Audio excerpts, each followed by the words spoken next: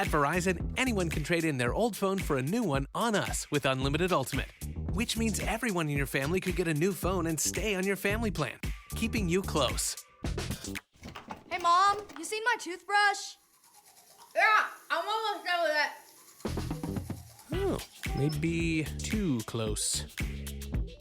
Trade in and additional terms apply. See Verizon.com for details.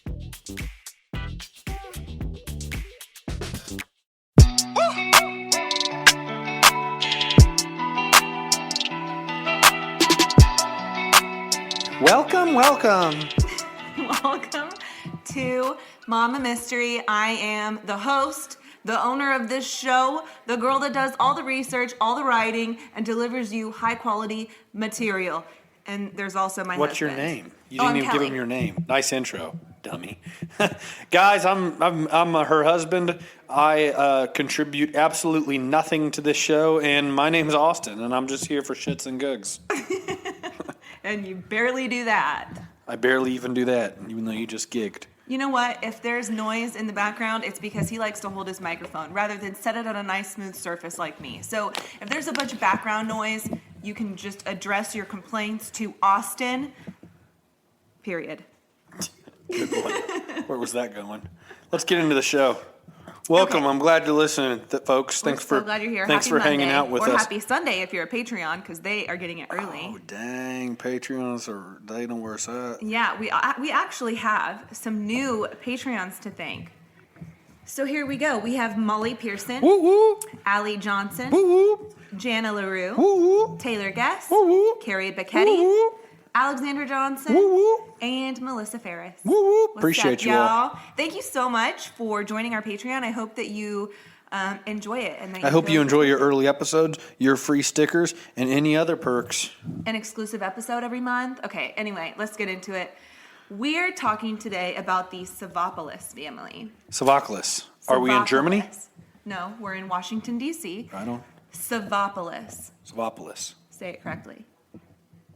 Savopoulos. Let's get into the show. These people are waiting. Okay, so Savas and Amy Savopoulos met when they were both attending the University of Maryland.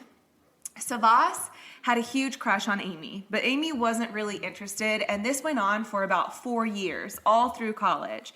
And then finally, Savas asked Amy out, and she actually said yes. So they started dating, they fell deeply in love, and eventually they got married in a beautiful Greek Orthodox wedding. They ultimately settled down in Washington, D.C. They had 3 children together, 2 daughters, Abigail and Katerina. What I love year that are name. we in? Katerina. I love that name. We're in 2015. Okay, I don't like when you don't tell me what year right out the gate. Okay, Austin. So anyway, we're in 2015. We've got 2 daughters, Abigail and Katerina, and later they had a son, Philip, who they affectionately called Flip. I So like that. cute. And he looked just like his dad, too. There's going to be pictures on the Mama Mystery page, but he's a real cutie. Looks just like his dad. Flip. Same glasses, same smile, so cute. So Savas's father owned a company in D.C. called American Iron Works, and Savas eventually became the CEO and president of that company. And this company played a huge role in building the Verizon Center in D.C., which has been hugely successful. Savas, he had a very strong work ethic, and the family lived in an upper-class, prominent area in D.C. called Woodley Park. Their home was this gorgeous 3-story brick home worth about $4 million, equipped with a library, a music room. It was so stunning. And the neighborhood was this really beautiful, mature neighborhood with these big trees. It was very much like an American dream type of neighborhood. Your last couple episodes have been about some ballers. Have they? Yeah, the last episode was about a dude that did really well, too. Interesting. I don't know. Must just be a coincidence. So anyway, for about 5 years, they had a housekeeper named Vera Figueroa. And Vera moved from El Salvador to the U.S. She was married with 3 children, and she worked really hard to pay for her kids' education and also to send back money to her family back in El Salvador. And she even had plans to return to El Salvador before the incident. So the couple was also very involved in their community. They contributed to charities, foundations. They attended church at St. Sophia Greek Orthodox Cathedral for about 10 years. And they regularly hosted parties in their home for neighbors and friends. So they were super social beings, very well known, very well respected. While Savas worked, Amy tended to the home, taking care of her children and also volunteering at her kids' schools or raising money for their schools. She was super involved in her kids' life. Like, you call me a super mom, which I think is so sweet. This Amy was a super mom, big time super mom. And one day on Facebook, her daughter Abigail wrote this tribute to her for Mother's Day, and she wrote, "Thank you for always believing in me, supporting me. Thank you for the early morning crafts, the upside down clowns on my birthday, gingerbread decorating parties, and for always showing up. I love you so much." That's very nice. Yeah, so that just kind of gives you an idea of, The their relationship. family life. Mm-hmm. In May of 2015, the couple's older daughters were at their respective boarding schools. So Abigail was a senior at Mercersburg Academy, which is an elite private school in Pennsylvania, and only 1 week away from graduating. She was so close to graduating. Her younger sister, Katerina, was a junior at Petty School near Princeton, New Jersey. So their younger brother, Philip, who was only 10 at the time, he was at home with his parents. He was still going to school. He was really into Harry Potter and go-kart racing. And not just go-kart racing as like a fun thing to do on a Friday night, but like he was actually trained and had his own go-kart. He had a coach. Like, this was a sport to him. That's awesome. Yeah. It's like he's going to grow up and be a kick-ass driver. Yeah. I think that was the goal. That's yeah. cool. So through this training, he and his parents met a man named Jordan Wallace, and Jordan over time became the family's personal assistant. And then on May 13th of 2015, Savas was in Virginia preparing to open up a martial arts studio when he got a call from his wife Amy around 4:45. And we don't know exactly what was said during that phone call, but it prompted Savas to come back home. And when Savas arrived back home around an hour and a half later, he walked into what could only be described as anybody's complete nightmare. His wife, son, and housekeeper Vera were all being held hostage after they'd been savagely beaten by an intruder. Holy shit. The moment Savas walked in the door, he was struck by this intruder and tied to a chair. So I'm going to detail everything that happened over the next,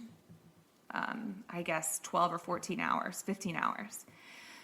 So at about 8:30 that night, Savas called their personal assistant, Jordan Wallace, that I just told you about, and he didn't answer. So Savas left him a voicemail asking him to go to American Iron Works to pick up a package that he was waiting on and bring it to their home. He didn't sound concerned in this voicemail. He never indicated that anything was wrong. He even kind of sounded upbeat in this voicemail. Then later, Savas called his home security company to ask how he could access the security camera footage at his home, like where he could find it and how he could access it. Then at 9:14 p.m., Amy called Domino's and ordered a pizza to be delivered. But she told them to ring the doorbell but leave the pizzas at the door because she was inside tending to a sick child. And this raised no alarms to the people at Domino's. They did confirm that Amy called, she placed the order, they delivered it just like she said. Rightfully so. She didn't Yeah. raise any alarms. Right. I mean, it's not, I guess now it's even more common with COVID times for people to just, leave the pizza at the door. She even said that there would be an envelope with cash in it outside the front door for the tip. I don't think any of that's crazy. Yeah, and it's not something I would think of to do, but I mean, I don't know. I guess it just is what it is. So then at 9:30 p.m., Savas tried to contact their second housekeeper, Nellie Gutierrez, who also worked for the family for years. And she was actually the one that introduced the family to Vera. So that's how Vera got that job. But he tries calling Nellie and tells her not to come to work tomorrow and that she wouldn't need to come in until the following Monday. He left her a voicemail telling her that Amy was sick, but that Vera was there. Her phone was just dead. So I'm going to play you the voicemail that Savas left for Nellie. Amy is in bed sick tonight, and she was sick this afternoon, and Karen offered to stay and help her out. So I hate that voicemail because in the background you can hear screaming. And it sounds like it's Philip in the background screaming. Does it sound like screaming like a kid playing, or does it sound like screaming like a No, kid? it sounds like screaming like a kid is being tortured. Oh, man. Yeah. So when I first heard it, and I would play it again, but I don't like listening to it. So if you want to listen to it again, you can just rewind. But to know that this family was being held hostage and they were being tortured by this intruder who we have found later, and I'll introduce you to him later. But just to know the terror they had to be feeling when they're forced to make these phone calls and forced to make it seem like everything is okay and everything is normal. I mean, it had to just be terrifying. I was expecting this thing to go on a whole curveball to where it was like Something somehow within him. the family. Yeah. No, it's not at all, unfortunately. So Amy later texted Nellie also to make sure that she did not come to the house. And Nellie said this was really odd because neither her nor Vera ever spent the night at the house. So that kind of raised a little bit of alarm bells. But she never got that message until the next day when she was getting ready to go there. And she did respond to Amy and said, hey, I don't plan on coming until Monday. But I mean, like, why would you think anything different? It's Amy and it's Savas. There's no reason they're the to ones think making anything. these phone calls. So the next morning around 7 a.m., Savas called Jordan about the package, and he also called the CFO of the company asking for $40,000 in cash to be withdrawn from the bank. And he claimed that it was for a piece of equipment that he had found at an auction. And there is actually like security camera footage of the CFO and Jordan Wallace at the bank withdrawing the cash. And Jordan later made a comment that, you know, he had never seen that much money in his life. And you can see these huge stacks of all 100s going into the CFO's pocket. So at 10:15, Savas told Jordan to put the package in the front seat of their red sports car that he had parked in the garage, but told him do not knock because he would be on a conference call. Then Vera's husband and daughter. All believable and like Yes. set up to sound right. Yes. And Maybe alarming when you stack it all up, but when Sure. you put yourself on the other end of the phone, nothing's alarming. yeah. And I just want to throw this out there right now before I forget, because I might forget later. But, you know, there was one guy that acted alone, allegedly acted alone. And I say allegedly as in we don't know that there was somebody else. Like, we know this one guy did it, but we don't know if he had someone with him. And I'm just thinking, no way was this guy smart enough to come up with all these things. It makes me think that he had to have given this family a sliver of hope that if they just cooperated, then they For would sure. be fine. And that it's actually Savas and Amy coming up with the ideas like, you want a pizza? I'll order you a pizza and I'll just tell them I can't come to the door because I have a sick kid. Or, you know, Savas saying, you want the package? I'll just tell them to put it in the car and not to knock because I'll be on a conference call. Like, you have to wonder if maybe these ideas came from them thinking that Right. Makes sense. they would end up okay.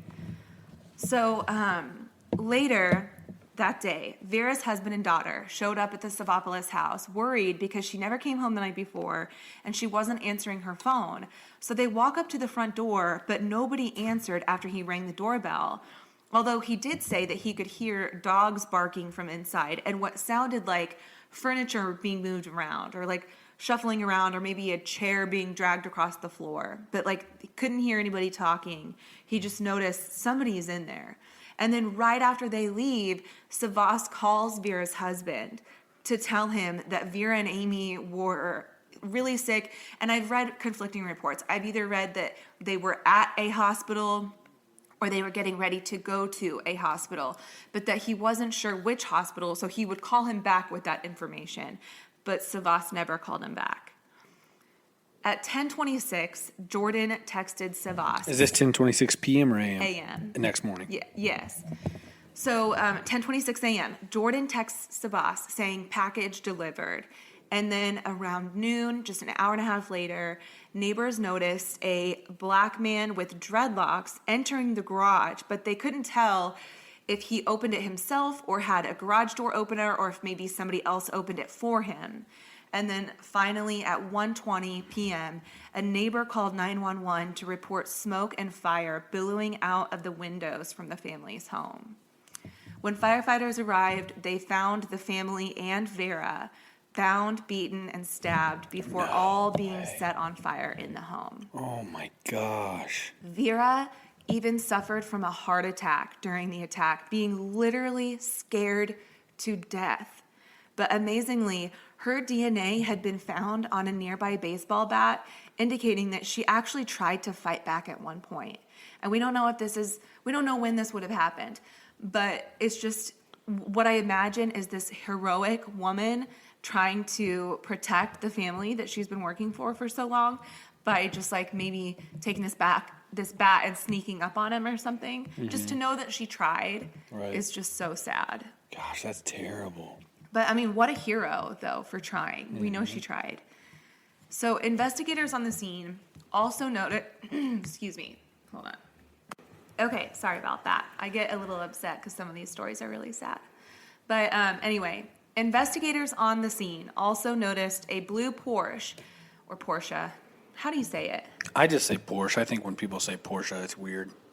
Anyway, a blue Porsche missing from the family's garage, which was later found in a church parking lot in Maryland, completely engulfed in flames. So their main objective now was to figure out who the hell did this and why.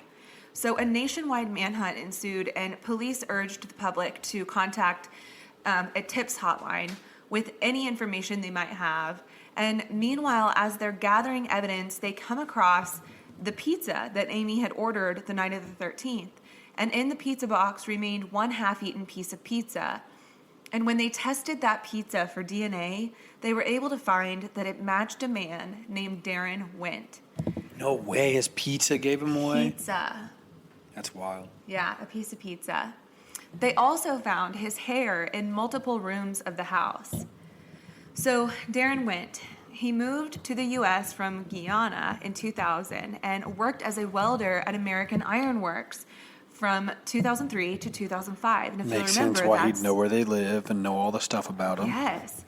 And he only worked there for 2 years. He was fired for reasons that we don't know, but he was recruited to the U.S. Marine Corps, but was dismissed before he completed his training for medical reasons. But he also had a deep criminal record that included his own family, his own dad, filing a restraining order against him. It also included second-degree assault, malicious destruction of property, burglary, theft, assault, a sexual offense, and weapons possession. Good Lord. So as years passed, his own family, and I'm talking about like during his time in the U.S., okay? As the years went on while he was here, his own family described him as being arrogant, aggressive, always looking for a fight. In one report made by a past girlfriend, Darren allegedly made threats to her and her family and told her that he was good with a knife and could kill easily. And then he busted through the back of a car window. And there's like evidence of all of this. In 2010, he made a return to American Iron Works with a machete, a BB gun, and a beer. And he just like was standing outside of the building. I don't know what he was saying, what he was doing, but it was very bizarre, obviously. And for that, he was only charged with having an open container. And he was fined $919. And that was in 2010. So 5 years before this incident. So it's like, clearly he's holding a grudge. Yeah, been hanging around for a while. Yeah, and then just like, go get a different fucking job. Like, he was a welder for American Iron Works, but he could have done other things. Like, go do something for yourself instead of just holding these grudges and letting these fester. I don't know. But anyway, just 5 days after the fire on May 19th, the DNA was matched to Darren, and police start narrowing in on where he could be. Within 48 hours, they get a hit that that he was in New York visiting his girlfriend. He had taken her on a shopping spree, paid her credit cards off, and they were just living the high life. And when they were back at her apartment later that evening, they were watching the news coverage because by now this story had spread nationwide. And what do you know? Darren Wint's face is plastered on the TV right in front of him and his girlfriend. While they were watching it? Yes. He probably had no idea that they were onto him that quick because this is literally 5 days after the murders, and they already know that it's him. Do they know? Do you have this evidence? Because, I mean, I'm just kind of skipping here, but Sure. did the girlfriend later say that they were watching it? Yes. Wow. Yeah, she later testified against him. Wow. Yeah. So he takes a $900 taxi from New York all the way back to D.C., and his intent was to go to his father's house. And his cousins and brother knew what was going on, knew that he was coming back, but they didn't tell him that, like, they knew what he did. Mm-hmm. They hired their own lawyer and devised a plan to turn Darren in to the police the moment he arrived. Good. But Darren didn't go straight to his dad's house. Thursday, May 21st, just 1 week after the murder, they tracked Darren down to a Howard Johnson hotel in D.C. And police actually are like surveillancing the area, and they witnessed him leaving in what they suspected was at least one of two vehicles.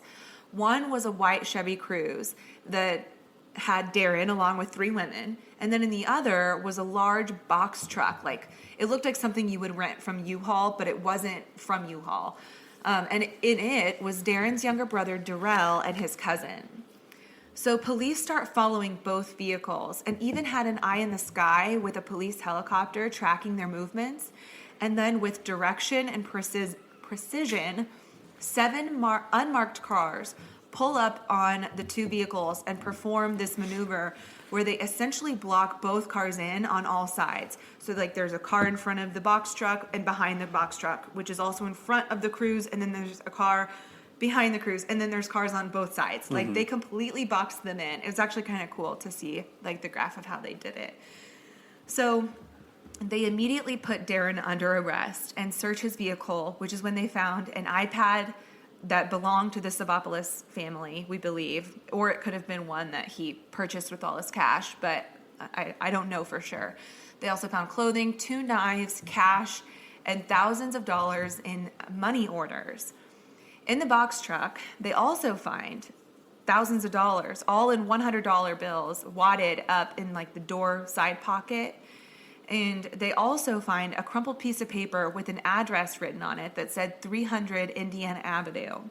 And remember, it was his brother and cousin driving that box truck, and that address was the headquarters for the DC police.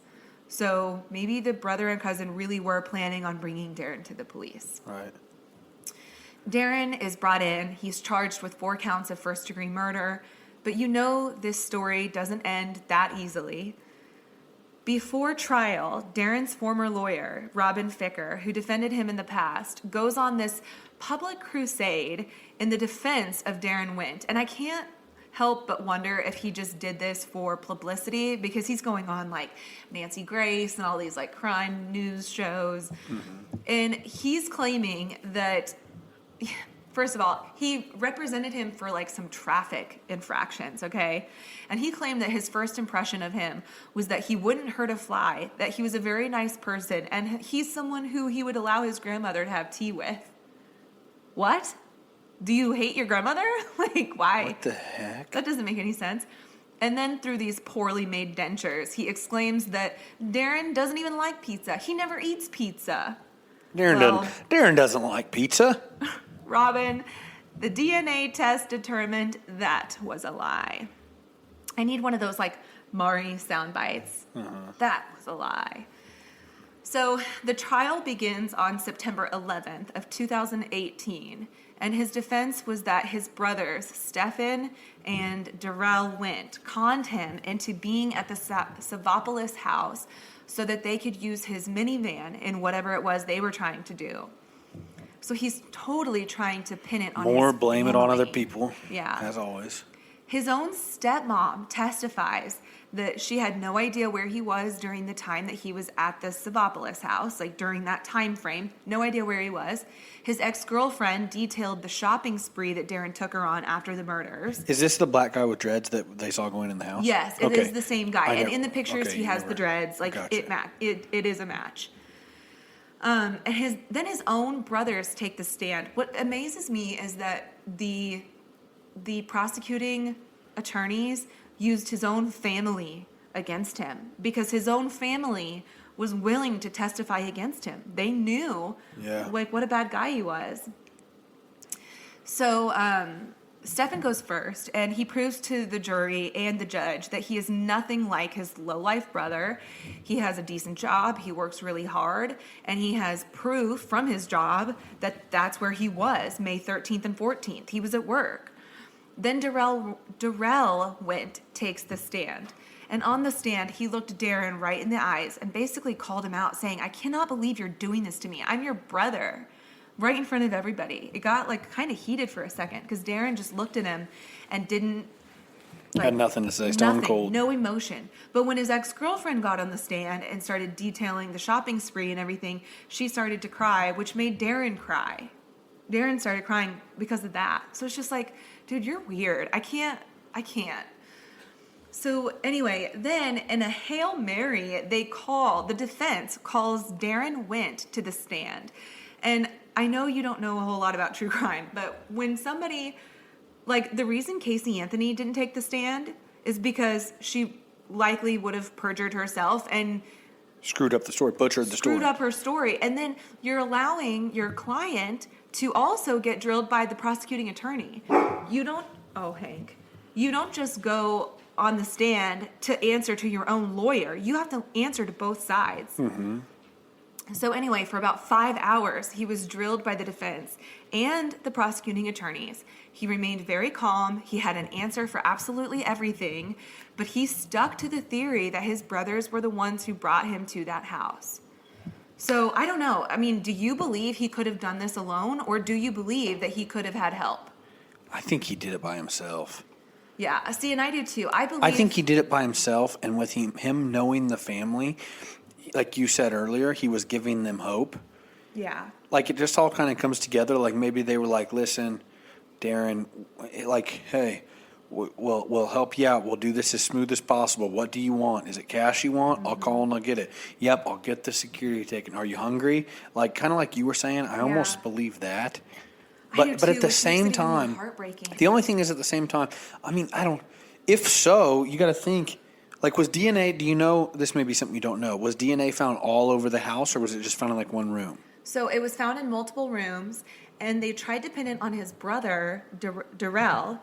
But the thing is, if you share DNA, then, like, those hair strands, I guess they found these random hair strands in other rooms, and they tried to pin that on Darrell. But if you have the same mother or something along, I'm probably butchering this science, so I apologize. Something genetic, though. But yeah, like, it could have belonged to both of them is what I'm getting at. The only reason I think, that was kind of their Hail Mary, was that they're like, well, I mean, I guess if it could have been your brother, you can pin it on your brother, you know. Right. I would think of somebody doing this operation, and it's like, you'd almost have to keep them, there's a mom, a dad, a son, just them three? Yeah. You'd almost have to keep them in one room. Well, and that's the thing. So they ended up finding that Philip was in his own room, like his own separate room when he was killed. And then his parents and Vera were in their own room when they were killed, which breaks my heart even more because, like, who went first and who had to hear the other get killed? Like, that is horrible. Yeah, just it is. Horrible. So on October 25th of 2018, Darren was ultimately found guilty on 20 counts of kidnapping, extortion, and murder. He was sentenced to life in prison with no possibility for parole. He has tried appealing his case, but it's been unsuccessful. And the house that this whole thing happened in has eventually demolished, and the plot of land where the beautiful home once stood was sold. So since then, I guess the girls, Abigail and Katerina, have been left, on their own. That part really breaks my heart, but I'm glad they at least have each other. I just can't even imagine losing your family in such a horrific way. But yeah, that was a sad one. I know that one was really sad. Sorry for crying. I hope it didn't make anyone else cry. But yeah, it was a big bummer. So I had a suggestion from Betty Teddy, I believe it was, who said that I should. One of our listeners, just so Yeah. you guys know.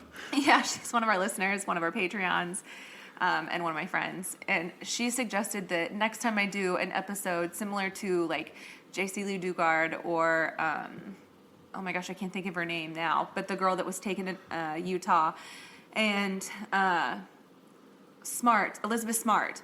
Anyway, something that has a happy ending, a true crime story, but with a happy ending. So that is what I'll be working on for next week, just so you know, so that, like you that. won't have to end on a sad note. Good call, Betty Teddy. Today. Good little change up. Yes. So anyway, we hope that you'll come back to listen to that. And until then, thank you so much for listening. Mystery out. Bye.